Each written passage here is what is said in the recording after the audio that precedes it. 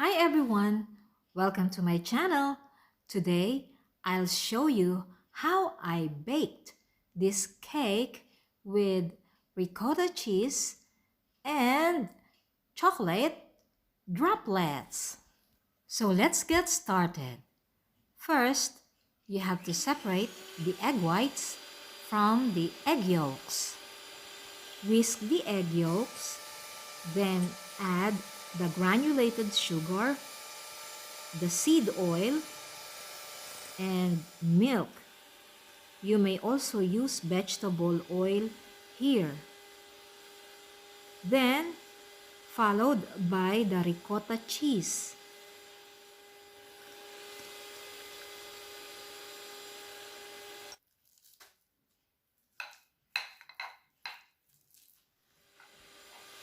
Mix all the ingredients together.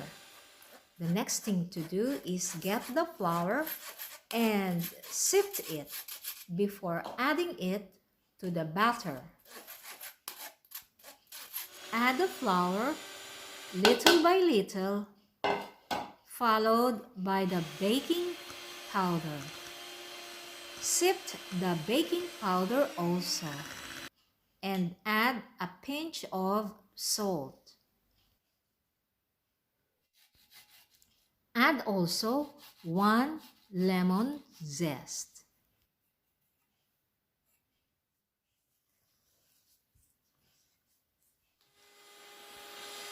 Now it's time to whisk the egg whites.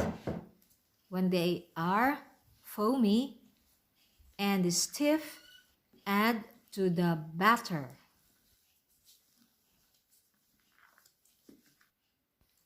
The last ingredient to add are the chocolate droplets.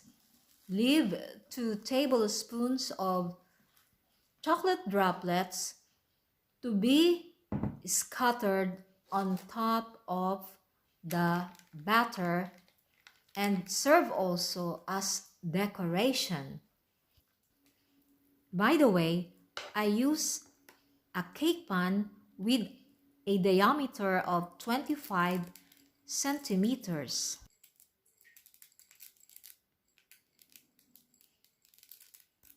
Preheat the oven at 180 degrees Celsius. Bake the cake for about 40 minutes or until it's done. Now the cake is done. Let it cool for 1 hour. Drizzle the cake with abundant powdered sugar.